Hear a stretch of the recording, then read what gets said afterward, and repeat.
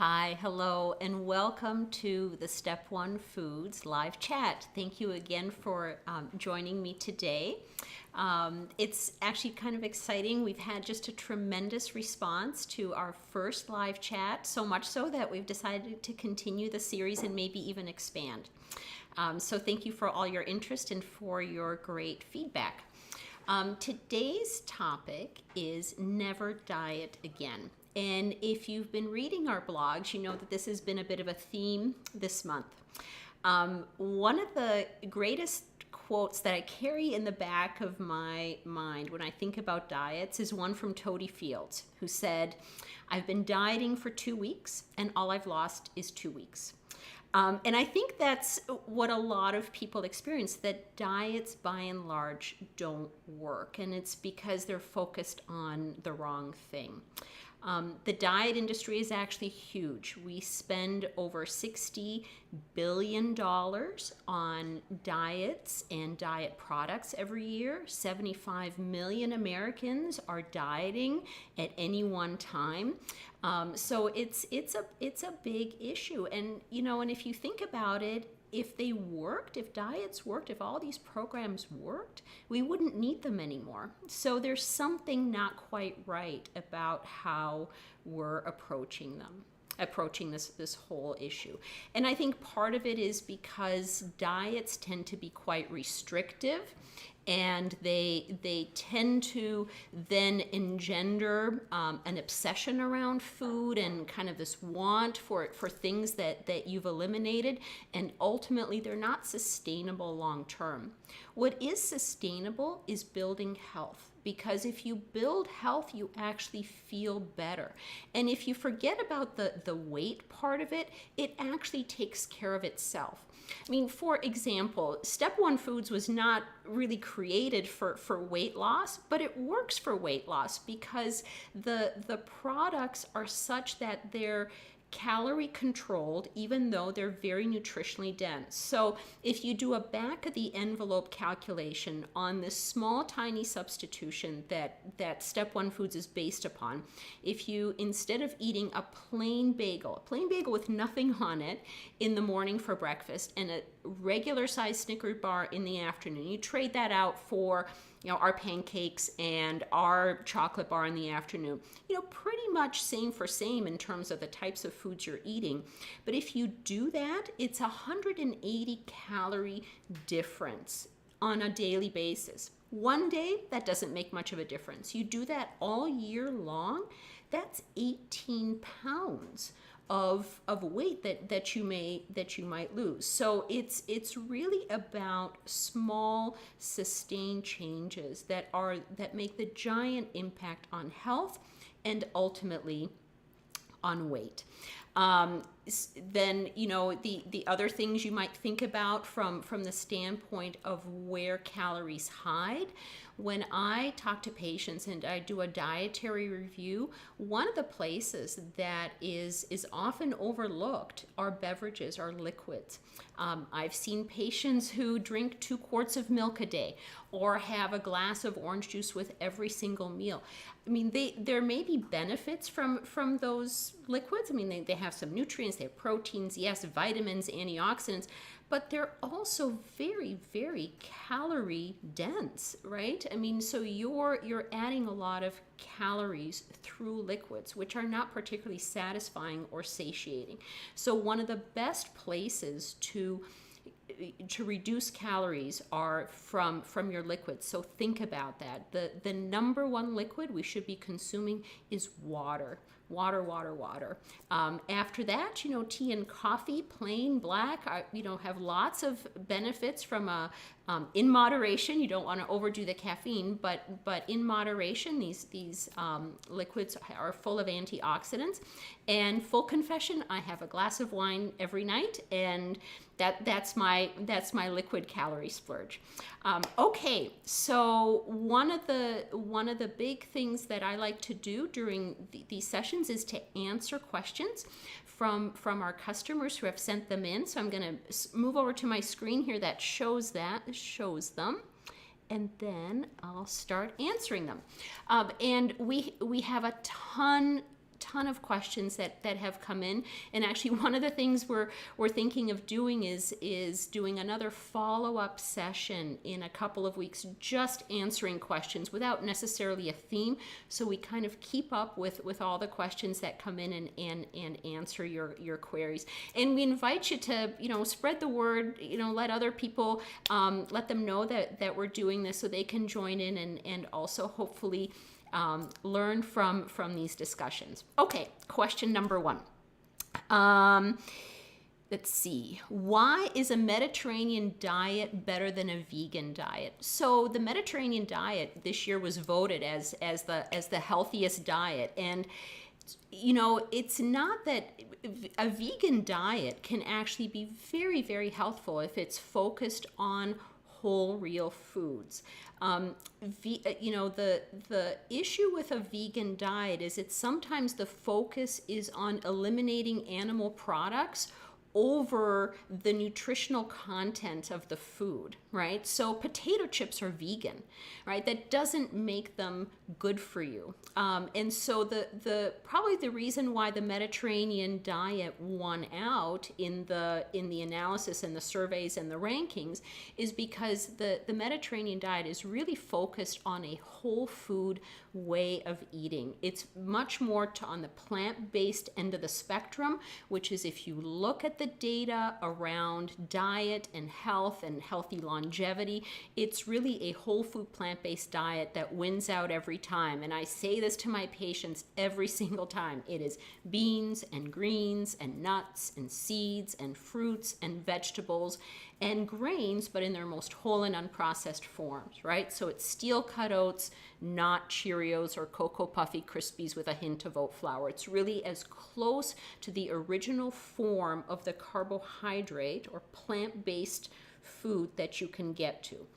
The other thing about a vegan diet is it can result in some deficiencies of nutrients. So the Mediterranean diet allows for some dairy, allows for seafood, whereas a vegan diet obviously does not include either one of those categories of foods. And that can lead to people being deficient in vitamin B12 and in long-chain fatty acids, thus the DHA and EPA omega-3s. So plants supply an essential fatty acid, ALA. That's the plant version of omega-3 fatty acids. But we actually need to convert that ALA to EPA and DHA, which are not essential because we can make them for that omega-3 to be active inside our bodies. And it turns out that there's variable sort of efficiency in that transition from ALA to EPA and DHA, which is why eating a Mediterranean diet that allows for some fish allows you to get that DHA and EPA, those long-chain fatty acids, without having to supplement. Now, ALA is an essential fatty acid. It's still important to get. It has other functions. It's not just that it has to be converted to ALA. To EPA and DHA. And in fact, studies have shown that adding 1 gram of ALA omega-3 fatty acids reduces the risk of heart disease by 16%, which is why we've made sure that every serving of our foods delivers at least 1 gram of ALA omega-3s. Okay, next is, this is from David. How much truth is there to the theories that eating after 8 p.m. is more likely to induce weight gain? So it's kind of interesting. The studies that led to that conclusion were done in animals, and actually animals fed, kind of against their circadian rhythm, gained more weight than animals fed, according to the, to daytime, more food early and less food late. That doesn't seem to translate as much in humans, and it's really more about the calorie intake overall. So if you're not increasing your calorie intake, it shouldn't make much of a difference as to when you're consuming the foods. And in fact, our circadian rhythms are all off, right? We're working at night and, on our laptops and catching up on work. So that whole circadian thing is less of an impact on us. The thing about eating late that seems to have an impact is that, number one, people eat late oftentimes for other reasons, because they're stressed, because they're bored, because they're they're craving something, and so those calories tend to be less mindful. They also tend to be more calorie dense and nutrition poor, so you're not getting the same health impact. And people who eat later tend to just in general eat more calories. So that may be where some of that, some of the truth behind that comes, but it's not because you're consuming the calories late. It's because you're consuming the wrong calories or more calories than you would normally if you ate earlier in the day. Let's see. I know two of your products are recommended per day. Can I safely eat 3 of your products a day? Yes, from a safety perspective, it's absolutely fine. These are real foods. I mean, you'll just eat more walnuts and almonds and oats and blueberries and cranberries. So there's nothing wrong with eating more of those.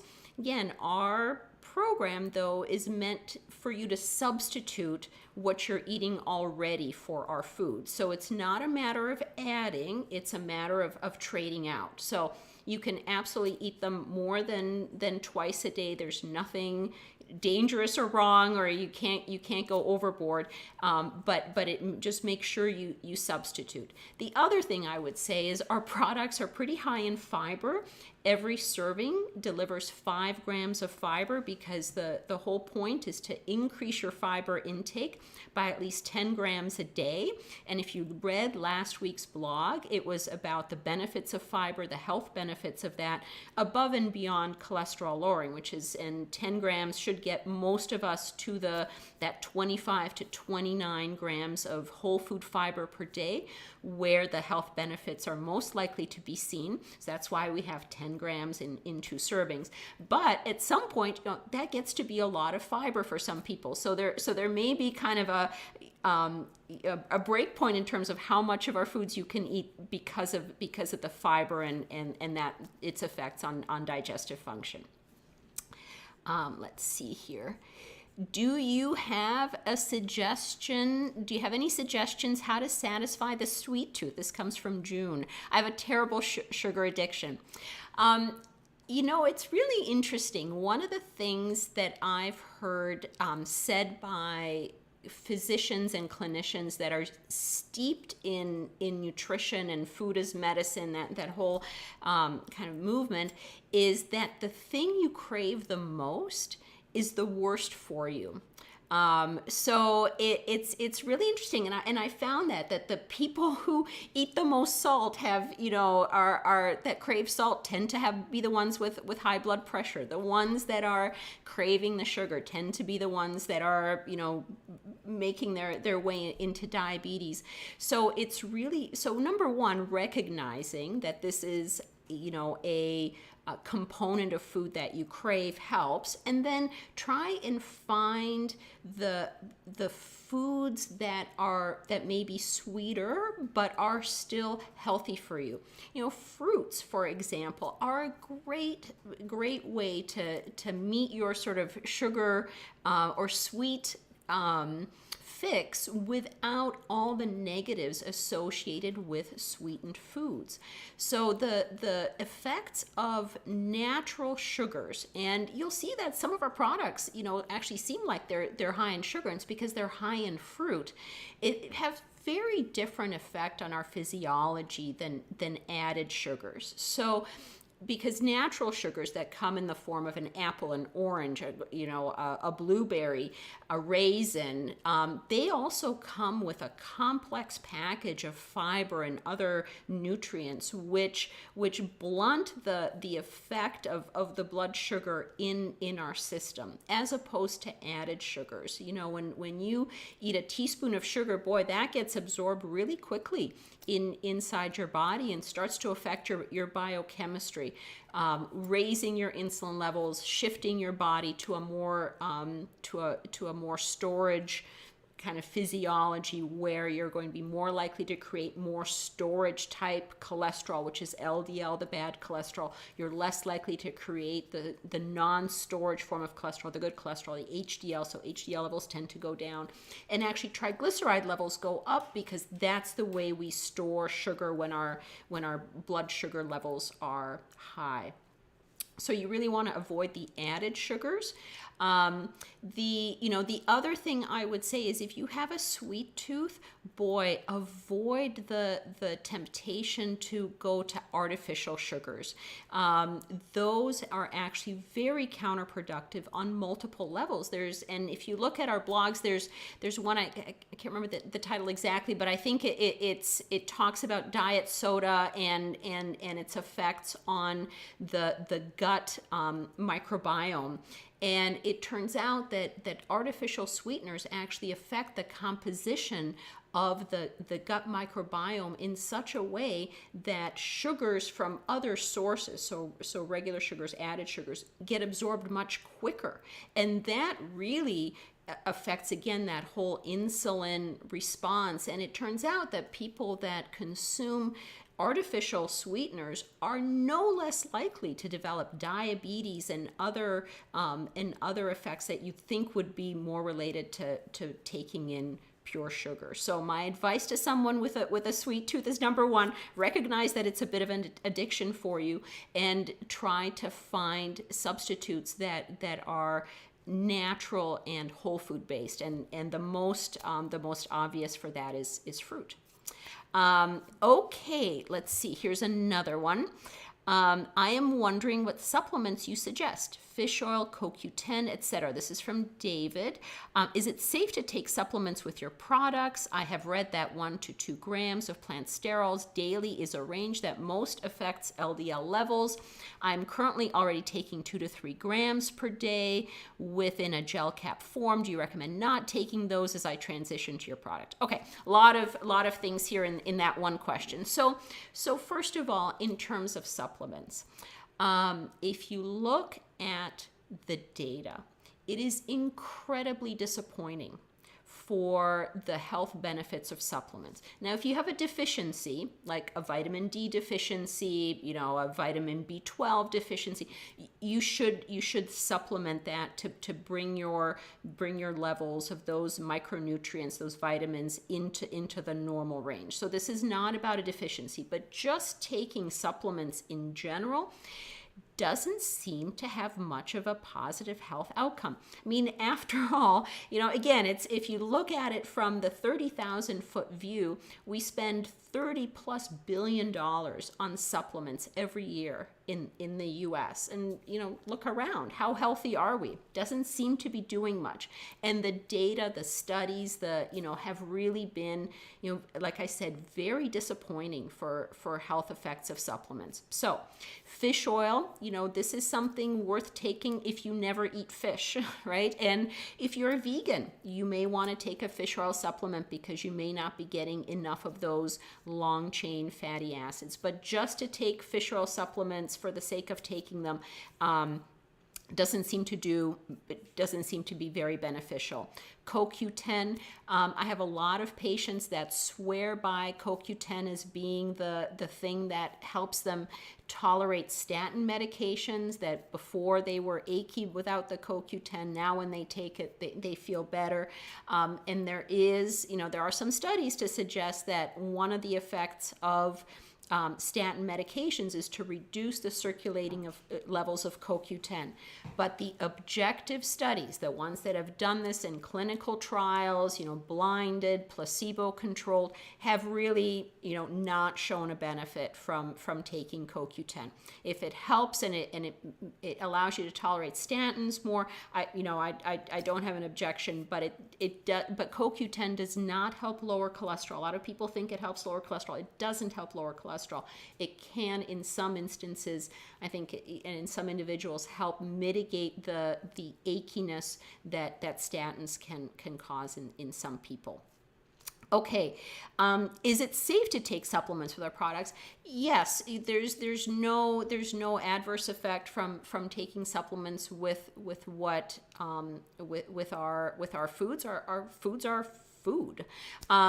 When we did our trial, we did not have patients, upend their lives and quit all their supplements. So this is, you can see the effect of your, of your cholesterol, the effect of our foods on your cholesterol using the same supplement pattern that you've done in the past. The one thing I would say is the going to the plant sterol question, which is, if you're already taking plant sterols, you don't need to take them in addition with our foods, because our foods already have plenty of plant sterols in them that taking additional plant sterols would not be expected to have much additional benefit. So you can hold your plant sterol supplements while using our food.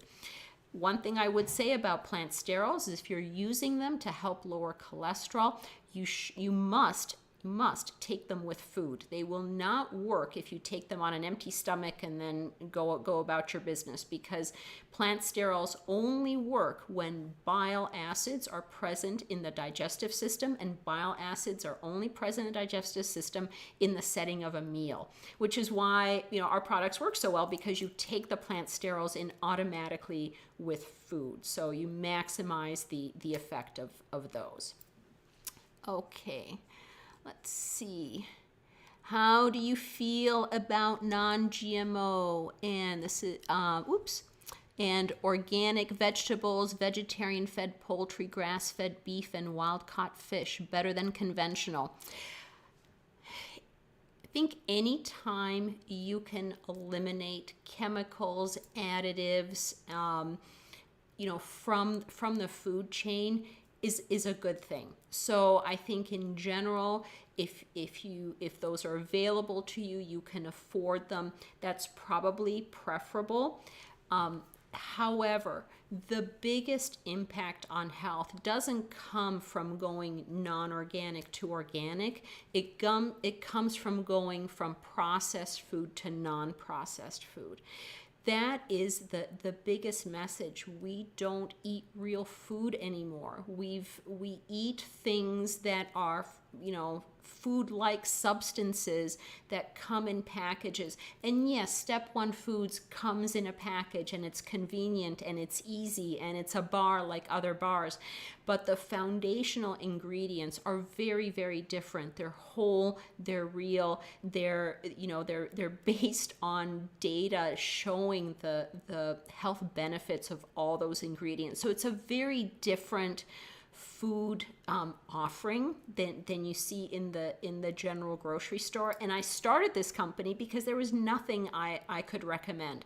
So our products are not organic. We tried to actually go down that route and found that it was incredibly expensive, that the ingredients were very unreliable in terms of having them in any kind of quantity.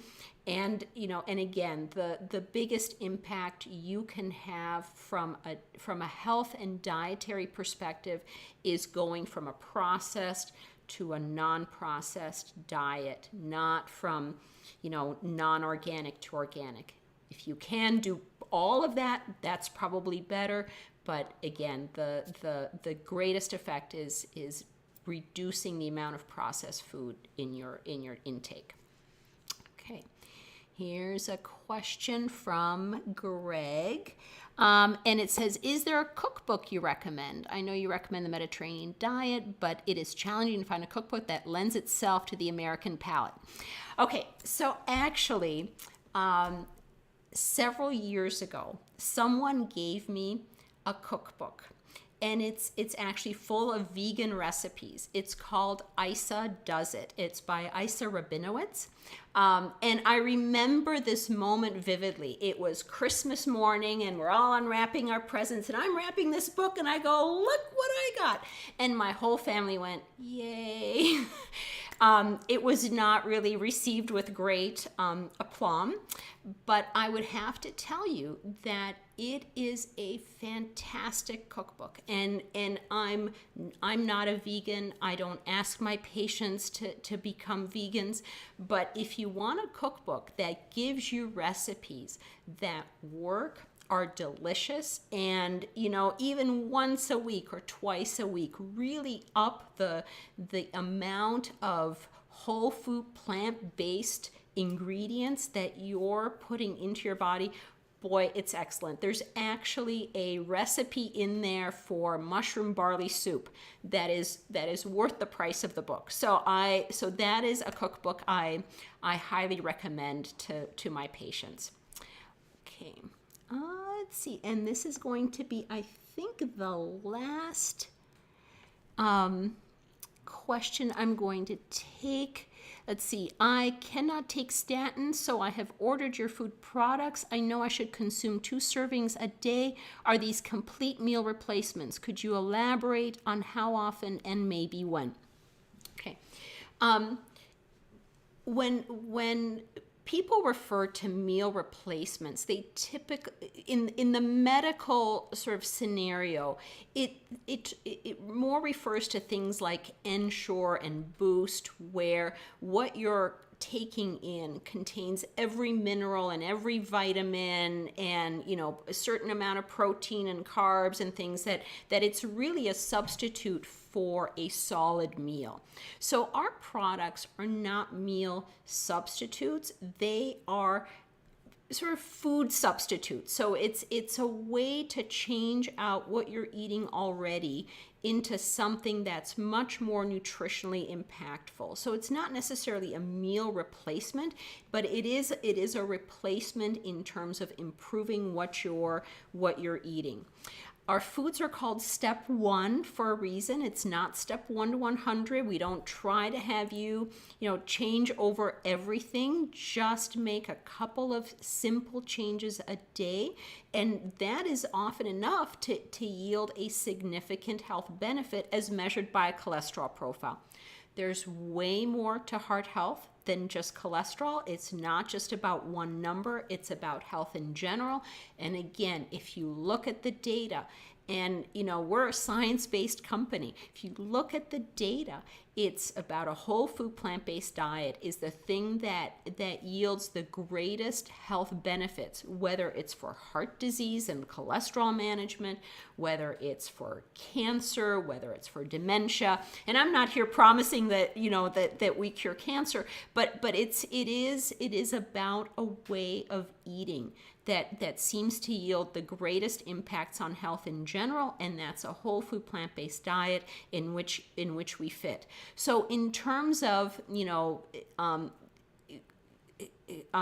what else you can be doing, anytime you have the option to include more whole plants in your intake is a good thing. One of the things I counsel my patients to do is to even just think about switching the proportion of what lands on your plate. So instead of having meat with vegetables, have vegetables with meat. It's very subtle, but even that small change over time can have big health effects, right? Food is so cumulative. We do it multiple times per day, every single day. So even a small alteration can have a big impact on your health. And then coming back to the title of our session today and my philosophy in general about never dieting again, stop thinking about diet, start thinking about health. And if you do that, if you feed your body the things that it needs to function better, you will feel better. You will reduce your reliance on your need for prescription medications. And as you feel better, as you eat foods that are not just calorie dense, but nutritionally dense, you will feel fuller longer, you will have less food cravings, and all of that will start to affect your weight. So Thank you so much for joining us today. I hope I've answered some questions that were burning for more than the people that submitted them. I hope that you found this useful. Again, we have way more questions that I'm able to answer in 30 minutes. We will try to have another session in probably a couple of weeks, and we'll send out a notification about that, where I think we were just going to focus on answering questions and continue this video series. And please send in your suggestions and questions. And thank you for your support of our company and for all the wonderful comments you've sent since our article in CNN. Thank you, and have a wonderful afternoon.